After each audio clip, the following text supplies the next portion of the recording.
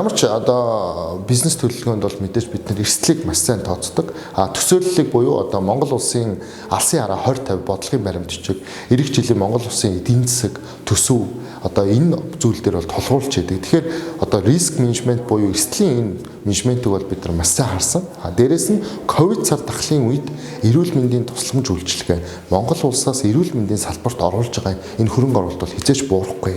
Энэ дээр бол ялангуяа одоо халдвар төвчин цар тахлын халдвар төвчин корона байна. Үүнээс шалтгаалсан дам гарч ирж байгаа маш олон өвчлөлүүд байгаа тий. Одоо витамины дутагдaltaй боллоо тий. Хүүхдүүд маань 2 жил гэртээ байлаа гэд. Ингээд ийм байгаа учраас бид нар бизнесийнхаа ирээдүйд өгөөжийг бид нар 2.6 дахин бууруулж бодсон бизнес төлөвлөгөө учраас энэ бол бид нар эрсдлийг нэгдүгээр маш сайн тооцсон ирээдүйг өгөөжийг талаар бол бид нар эрсдлийг харсан байгаа. Магадгүй одоо энэ дээр бид нар ямар эрсдэл бүр ирж болох вэ гэхээр магадгүй маш хүндэрсэн өвчтөн ч юм уу маш одоо ийм нэг хүнд заашгүй нарийн мэрэгжлийн тусламж үйлчилгээ авах хүмүүс кэрд одоо ингэж хандах тохиолдолд бид нар энийг бол маш түргэн шуурхай дараагийн шатлын эмнэлэгт шилжүүлэх эсвэл бол мэрэгжлийн тусламж үйлчилгээ үзүүлдэг байгууллагт холбож өгөх энэ одоо зүйлийг бид нар хийж чадах нь өөрөө кэр төслийн хувьд бол бид нар бол одоо бид нар эрсдлийг бол сэргийлж чадах хүмүүстэй туслаж чадах бид нар бол таныг халамжилж чадах ийм боломжтой гэж харж байгаа.